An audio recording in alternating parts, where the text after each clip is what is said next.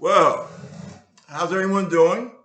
This is Bob Gums with the Concerned Forum.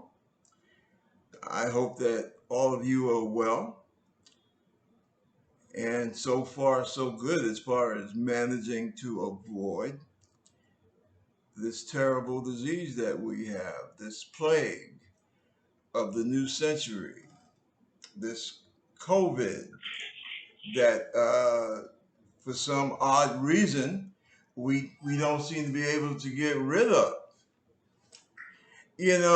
Before I go any further, let's just take a minute. God knows she deserves a hell of a lot more than a minute. But let's just take a short space of time to think about Judge Ginsburg. We lost her this week. And you talk about giants, and you talk about standing on the shoulders of giants. She was a giant of the beginning of this 21st century. What she did, and I know a lot of people would say that she was a champion for women's rights. No, I would say that it goes deeper than that. Yes, of course, she was a champion for women, but I would go further than that and say that she was a champion for humanity. See, I think that the thing that was so significant about her was that she fought through the law for us to be human beings. Uh, Black, white, gay, straight, made no difference. We were all equal under the law. That's why there was, believe it or not, a small segment of this population that, I guess, I hate to say it, but that's exactly what it was, hated her. But the vast majority of the American people that understand that America is always a work in progress loved and respected her. So let's always remember Justice Ginsburg, Justice Ruth Bader Ginsburg. Now I want to speak about something. I have a whole, beautiful presentation I wanted to give for this particular show. Something happened that just blew that out of the window. The young lady, my sister in Louisville,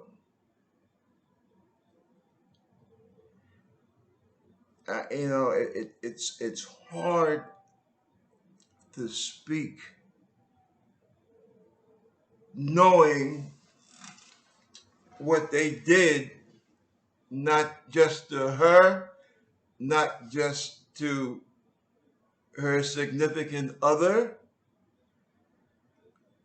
but what they did, I would ordinarily, maybe I would say to every person of color in that locality, but as when you think about it, it is to every human being in that state.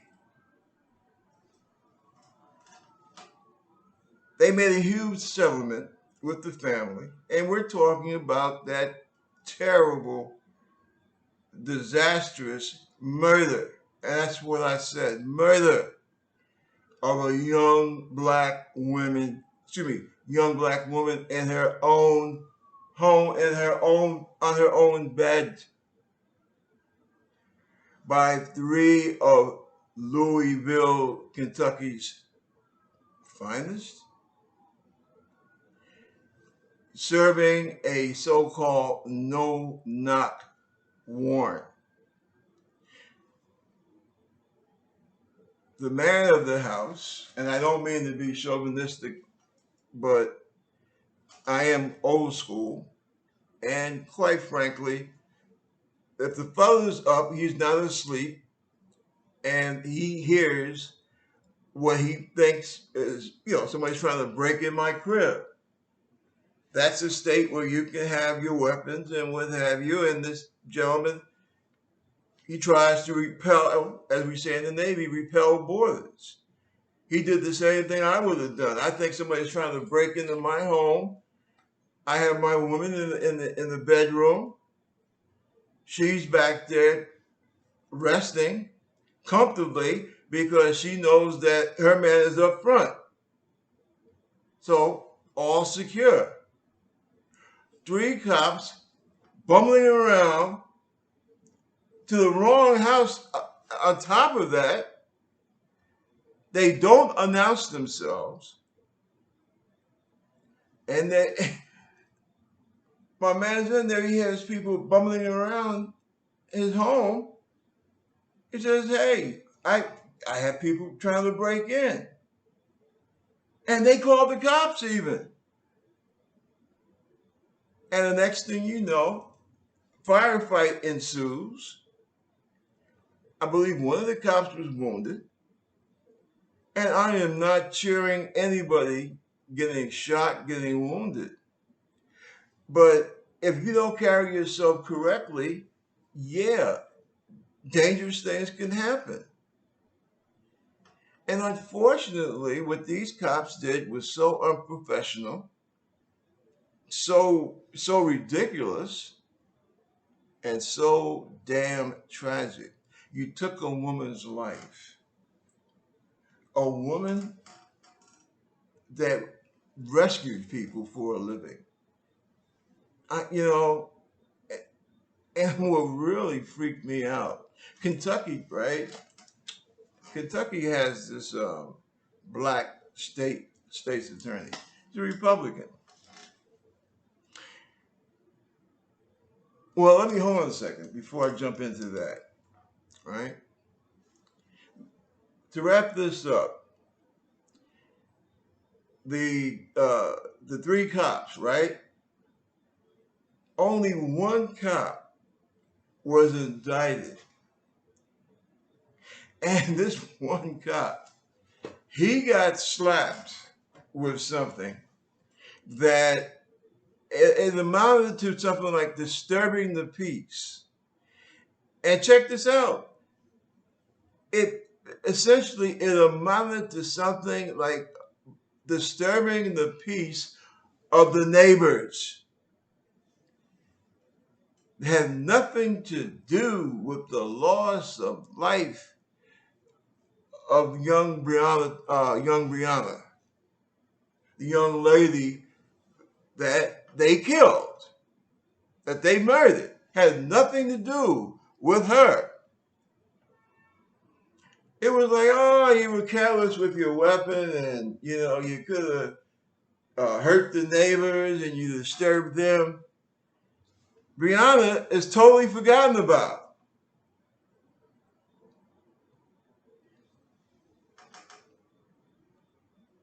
And they wonder why you have an organization called Black Lives Matter. Some people might not be comfortable with that for a title. But see, we are not comfortable with our lives being taken on the whim of other people. That is not law and order. That is chaos. And all this stuff seems to be engineered on the part of one political party and their total lack of responsibility. You go through all of the hard work to prep yourself, to run for office, to learn the issues. Hopefully, that's what you do. Learn the issues, uh, debate, learn how to debate, to phrase an argument, to help the community that you live in. You go through all of that,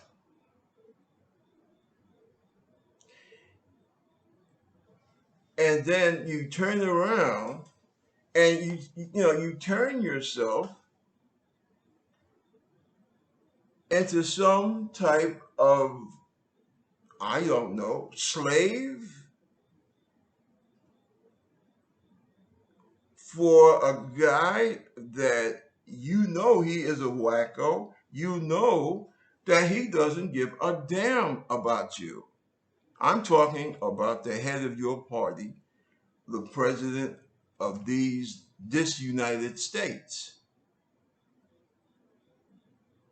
Now, any decent elected official representing any place in Kentucky would be doing interviews, making pronouncements from the front of the state capitol about the overreach, about the disgrace of the Louisville Police Department slaying an innocent young woman for no reason. But we don't hear that. And we hear nothing from this party. And of course, I'm talking about the Republican Party, the party of my mother and father. And my question is, what in the hell has happened to the Republican Party? This party resembles Fidel Castro more and more every damn day. And it is a damn shame. And I'm wondering what type of cultist magic is being used for people to suspend all logic, all sanity.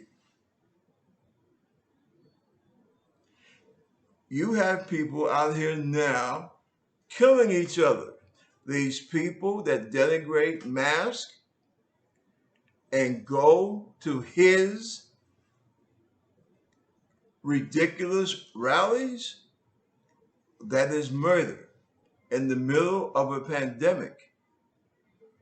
What in the hell has happened to a segment of our population? That's the question that needs to be asked.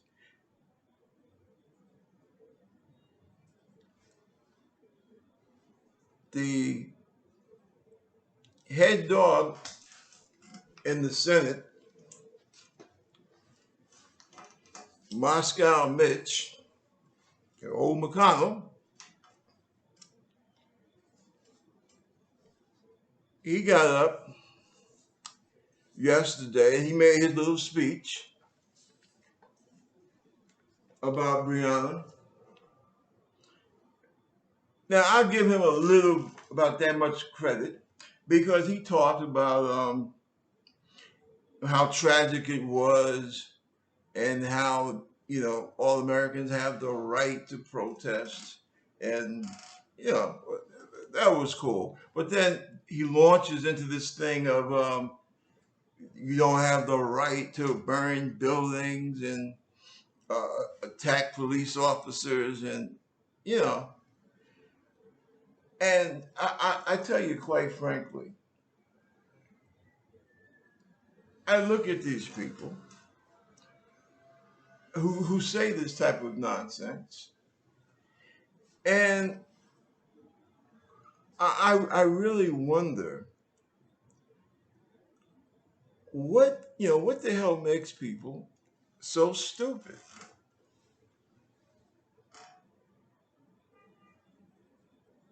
No one wants violence. No sane person wants violence. And regardless of what many in the Republican Party might believe, uh, most people of color are, and what goes well here in America, are fairly sane. Uh, just like most white folks in America are fairly sane. But I don't understand why you feel that people should put up with the type of brutality and disrespect, and time again have asked nicely,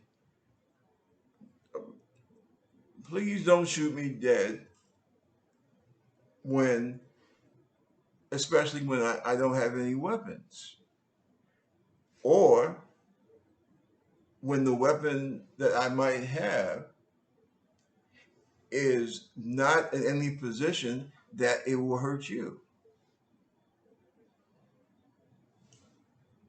I don't get that. Time after time after time, that sentiment, that request has been brought to the powers that be. And it has been ignored time after time after time. The cops, that whole Breonna Taylor fiasco, uh, none of those guys were wearing their cameras. I thought the whole purpose of cops wearing the cameras was everybody, keep an eye on each other, keep everyone honest. The program is not going to work. The trust is not going to be there if the cops are not going to do their part and wear the damn camera.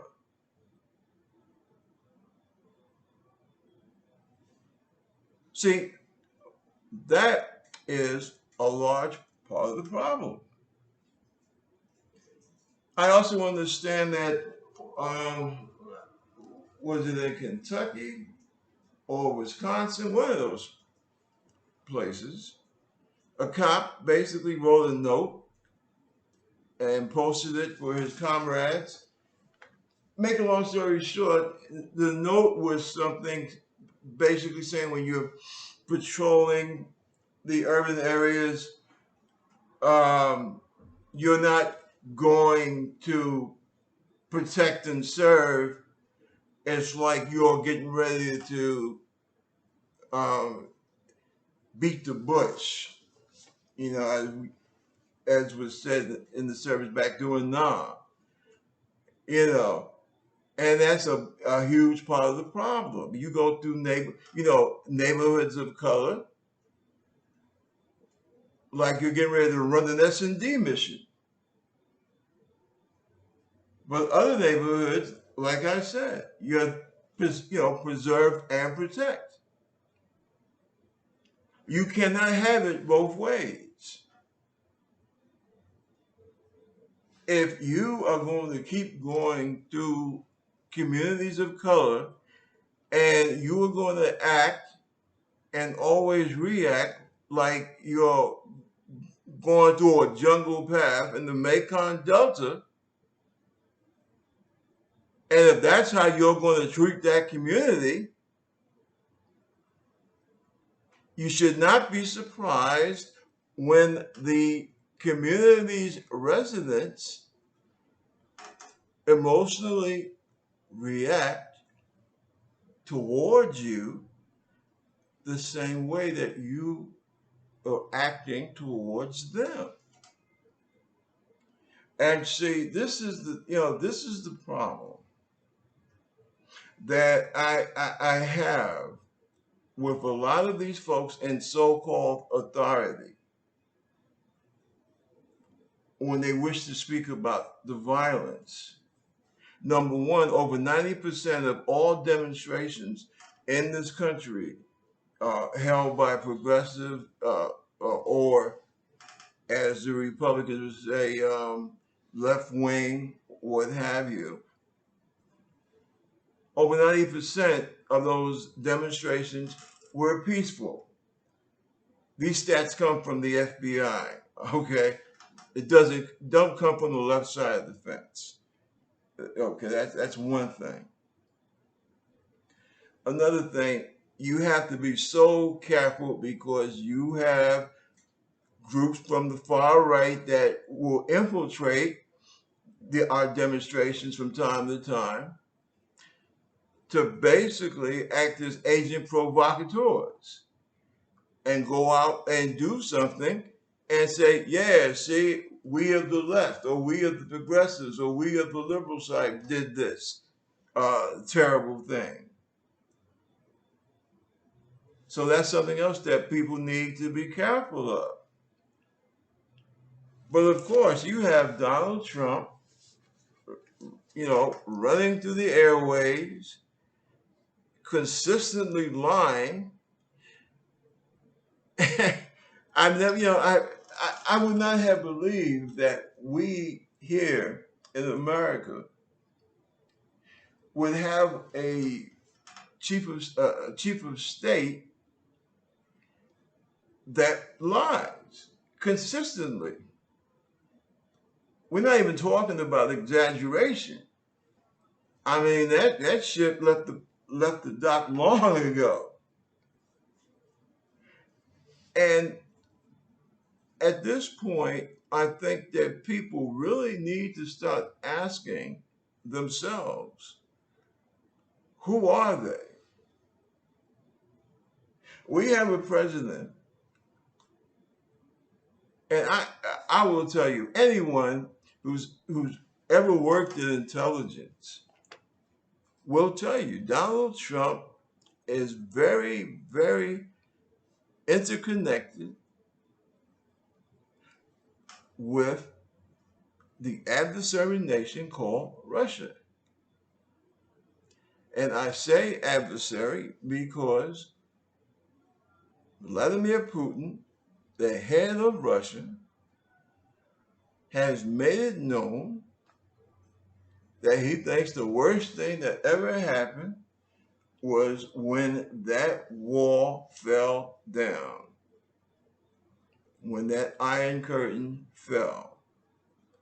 Because in his mind, that is when Russia lost her greatness. Now, I will tell you, from where he sits, I see his talking point. But being a child of the land of the free and the home of the brave, I cannot wish him good luck on his determination to put Eastern Europe back underneath the Soviet Union's thumb, because that's walking backwards in history. And I don't think history likes that. But see, these are the people that Donald Trump has been close to for quite some time. I spent almost 5 years assigned to the Defense Intelligence Agency. And I will tell you, Trump is no secret to us. That's that's his thing. Those are his people. And it got me so angry when people who point out the link between Donald and oligarchs in Russia, you have the right wing attacking people who point that out. And I used to marvel at some of the Democratic leadership Because I would say, well, why don't you just bring out the fact that Donald Trump has been hanging out in Moscow at least since the late 80s? And if you're going to hang out with adversary nation, and then 20, 25 years, 30 years down the road, you decide to run for president, but you got your campaign people running around Central Europe and you're running for president of America, you're damn right. CIA, FBI, they have every right to ask questions about phenomena such as that. If they didn't, they would not be doing their duty. And that shows you how cracked a section of this country is, that they would, oh, they're attacking our hero. They're attacking our God. This isn't politics. This is the Manson family on steroids. And people need to start, people need to get real. They need to wake the hell up. And this guy's going to sit up there and say, "Oh, I don't know if I'll go along with the results of the." Who the hell does he think he is? And who are we as a people to let him sit up there and say that? That's another. That's something else about this country. Now, if Obama had displayed that sort of behavior, I can guarantee you Barack would be someplace, somewhere where you don't get postcards, okay? And I wonder, why is this gentleman occupying the White House? Why is he allowed to get away with this? See, these are the questions that we need to ask ourselves. You have Donald Trump running around the suburbs trying to scare soccer moms about the hordes of black and brown men coming into the suburbs. The FBI tells us the biggest fear that America has domestically is right-wing militias. Now, I didn't write that report. Homeland Security, FBI. They are the ones warning the American people. And the American people need to start paying attention. Now, another issue that that really bothers me. This business that I mentioned it earlier about the black state attorney, attorney general, state attorney general in Kentucky. Now, he's supposed to be a rising Republican superstar. Well, number one, why do you desire to be a superstar of a party that's basically, it's either going to be as dead as the dodo bird, or it's going to basically be like a Stalinist party? Uh, this guy, I don't want to, you see, I hesitate because I don't want this to be a thing where, oh, well, he's just mad because this black man is independent thinking and he's not on the Democrats' plantation. See, that's one of the bullshit lines that Republicans, some Republicans, not all, but some Republicans will try and throw up, that, oh, well, blacks who are Democrats are on some kind of plantation. Listen, one of the things that too many Americans don't realize, and I know I'm going to make some people angry here, but the hell with that. The truth shall set you free. But one of the things that too many Americans, and I mean that, black, white, red, brown, yellow, listen, especially those of us who are citizens, okay? That citizenship does not come cheap. We are here. Some of us have been here for 500 years. Some of us have been here a couple of months. But if you are a citizen, you are a citizen. But damn it, and this goes for the white person living in Appalachia as well as the Asian person living in San Francisco. You have an obligation to understand, to know what the hell your country is about and what the issues are. Now, I know, at this point out there in the audience, you're hearing, oh, he's full of it, man. I got to work. I ain't got time for all that. And blah, blah. Yo, people, you got time to play around with the NFL, with the NBA, Major League Baseball, and 101 different things, okay? Dancing with the Stars, all that good stuff. Which, by the way, I myself get into. But look, you can take time out. I don't care how much time. 30 minutes a week, an hour every week. I don't care how much time. But you could take out a certain amount of time every week to just pay attention, you know, look at different news broadcasts.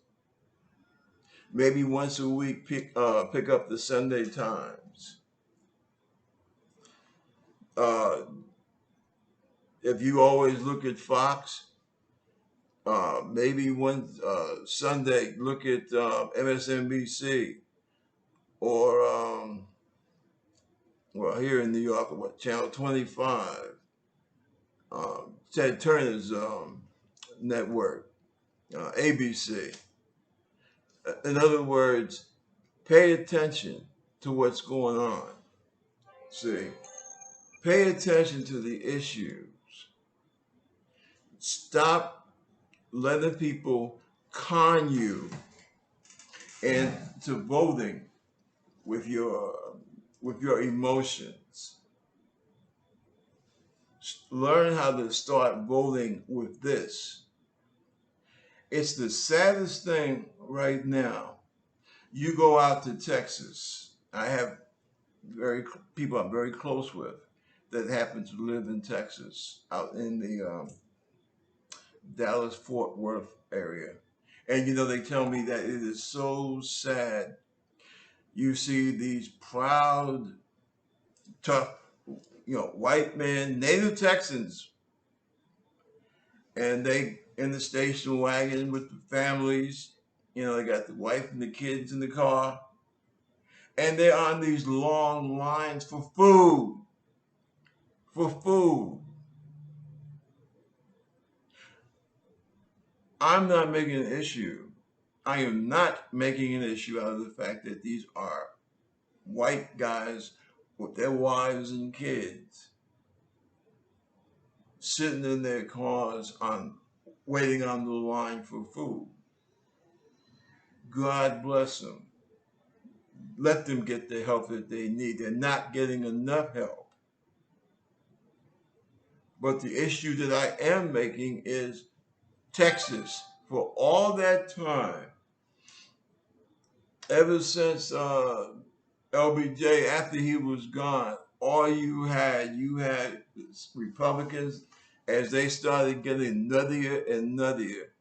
You had the damn conservatives um, basically talk about liberals, um, progressives, like we were dogs. They didn't do a damn thing to help the people, working class people of that state. Nothing. So now you have this situation of a pandemic and an economic catastrophe going on at the same time. And it is a damn disgrace. And see, it all boils around this thing of, and I mean no disrespect, and I mean no harm. But to me, it is tragic to watch year after year, watching working class white people with families consistently vote against their own interests. And that is so sad. That truly is. I think that it is disgraceful and sad that some low life preacher, and yeah, I said it, some low life preacher, right, will use the idea of a woman's uterus to score political points.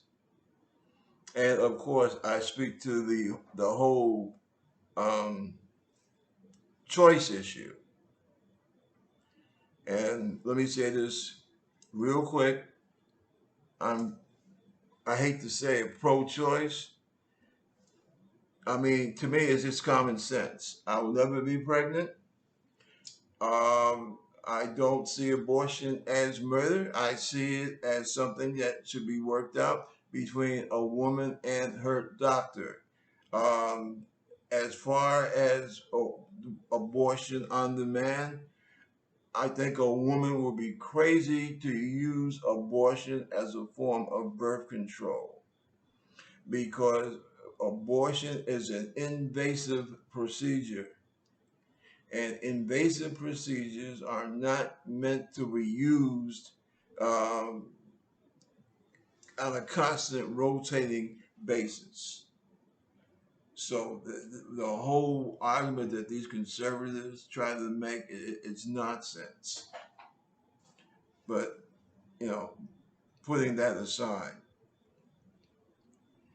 this whole business um, about people voting against their own interests. That's one of the things that has really come to hurt this country. I should say damage. And this I call him a baboon, a very very slick, tricky baboon who occupies the White House. Prime example of someone basically getting people to vote against their own economic interest.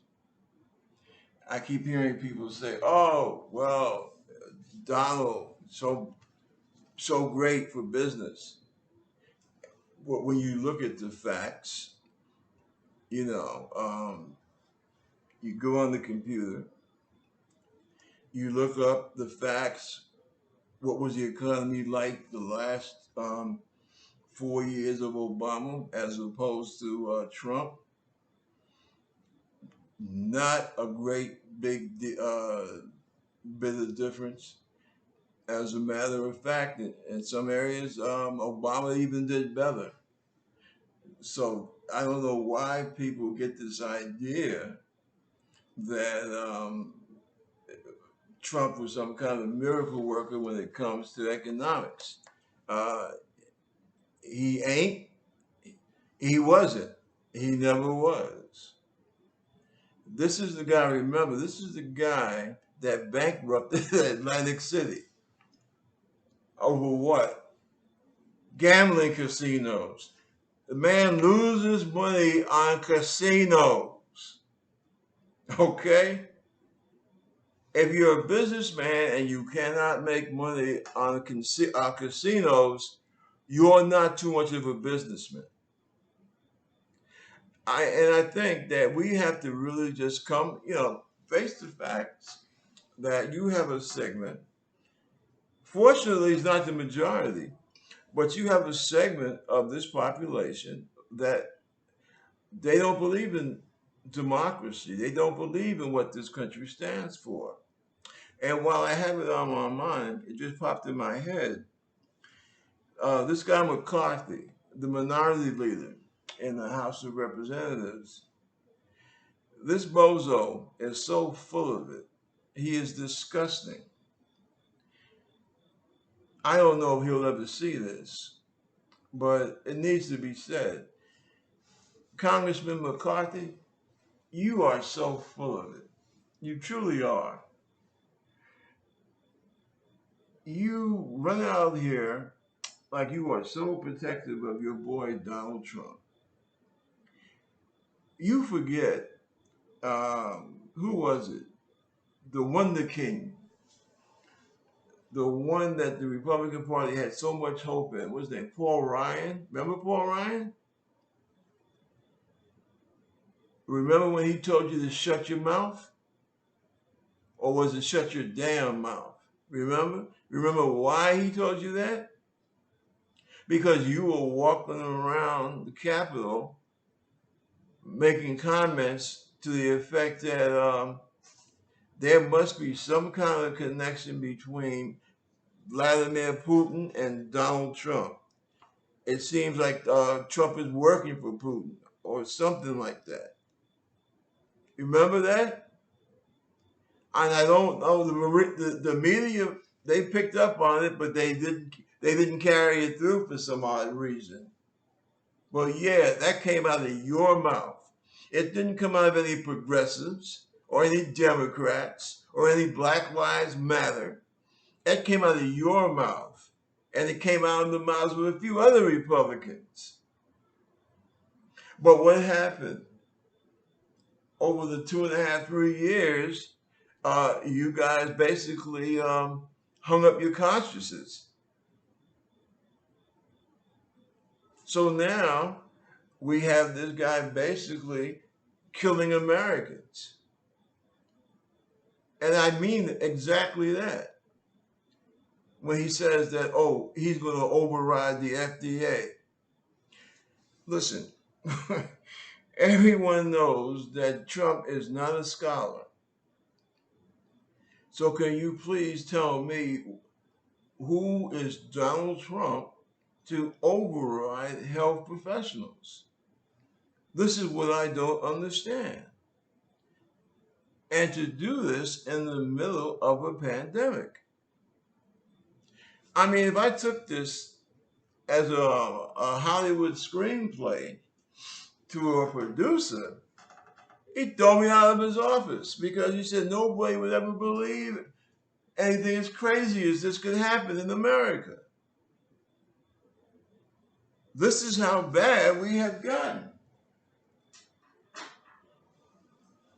Yet here it is, the Republican Party, the party of Lincoln, are following behind this guy who follows behind the president of our adversary, Russia. It's incredible. Now, something else I've been noticing too, and I know I'm going to catch hell for this, but I guess that's just the name of the game. Try to keep it honest. I had some very enjoyable times when I was going to school. I was in public school, kindergarten, nursery school, kindergarten, up until like the third grade, I believe. And then I started going to Catholic school, St. Thomas the Apostle, right in Harlem, 118th Street. And then I went to Catholic high school, South Academy. And at that time, that was 2nd Street and 2nd Avenue. Then I dropped out in my junior year, and I went to another good school at that time, Seward Park. What was it, down in Grand Street? And I attended there for about 8 or 9 months. And then I decided to go in the military. But I say all that to say that Catholic school gave me a worldview between my parents and St. Thomas the Apostle. That's really what gave me the worldview that I have. That unfortunately, a lot of the times, uh, African American kids, especially in urban America, they're not fortunate enough to get that. But on the other hand, and I see it now, especially because you have a situation now that we have a progressive pope over in Rome, but well, the Church in America, um, basically, it's rocked to hell. You've had so many people like myself. Uh, I'm a former Catholic, and you have a lot of us out there like that. Uh, Presently, I attend Unitarian services, um, where I find a large measure of peace and contentment. Uh, but there are reasons why I uh, I left the Catholic Church. A lot of it has to do with what's going on in the streets now. Um, and again, this is not, please, I don't want to hear, I'm against Catholics. No, I love Catholics. But some of the bishops that we have here in America, unfortunately, some of these guys, they're still angry with Pope John the 23rd for trying to bring the church into the 20th century. And that's not right. Um, no organization can survive if they constantly wish to stay in the past. That's just a fact of nature. And I didn't really care for how the church dealt with the whole woman's issue. And I tell you something, what pissed me off the most uh, was the situation with the pedophiles. Um, Being that I went through the whole, my boyhood and everything through, Catholic school. I was very upset when I started hearing more and more about the sexual abuse by priests against young boys. And it just got to the point where I said, too much hypocrisy, um, no good sense being shown, and those are the reasons why I basically I left the church. But where that ties into what we're going through now,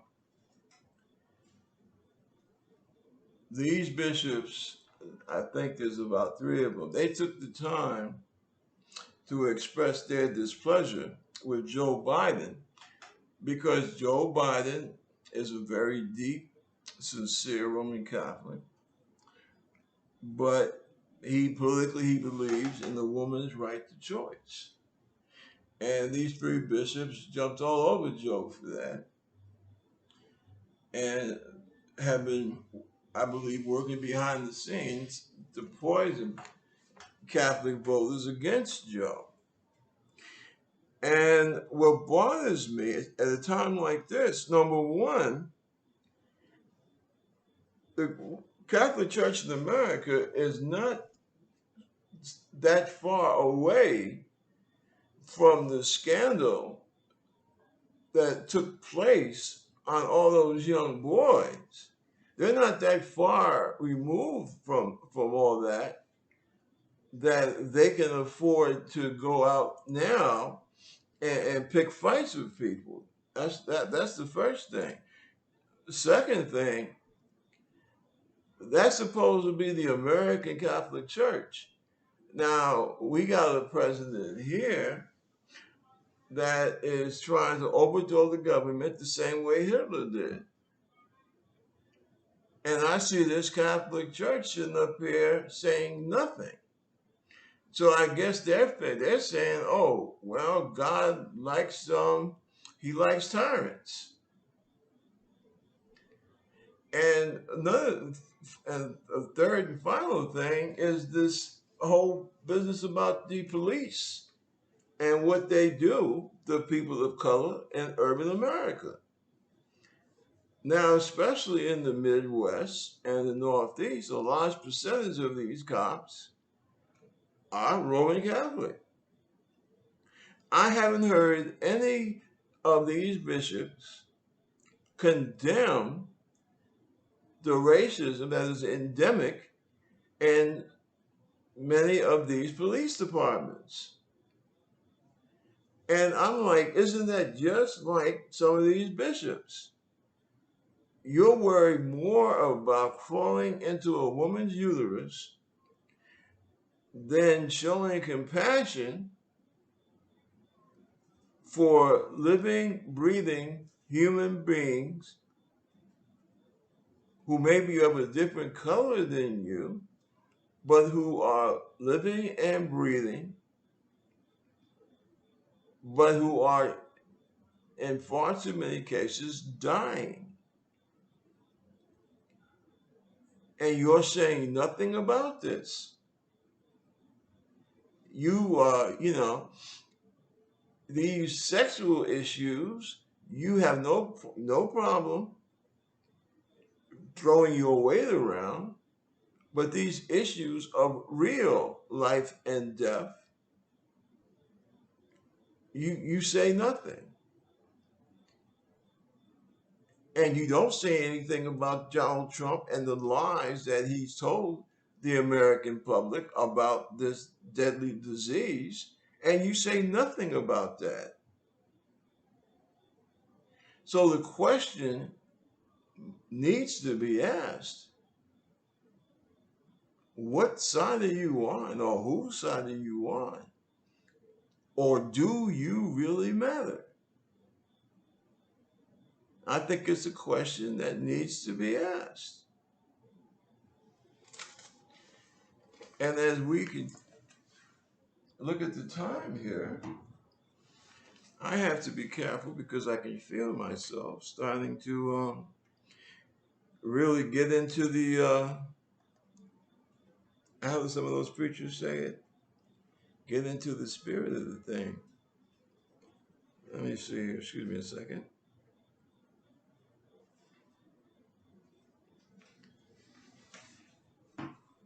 Okay. And one other thing that I wanted to bring up, and we'll wrap it up with that.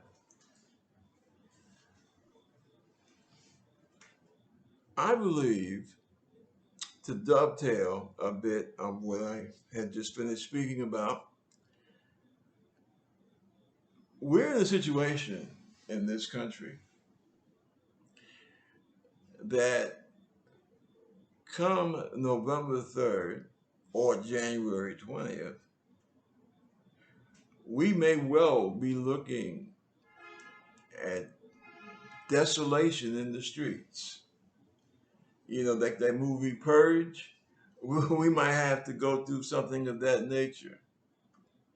And I think we need to ask ourselves, it's time to really start asking ourselves, why are we letting, excuse me,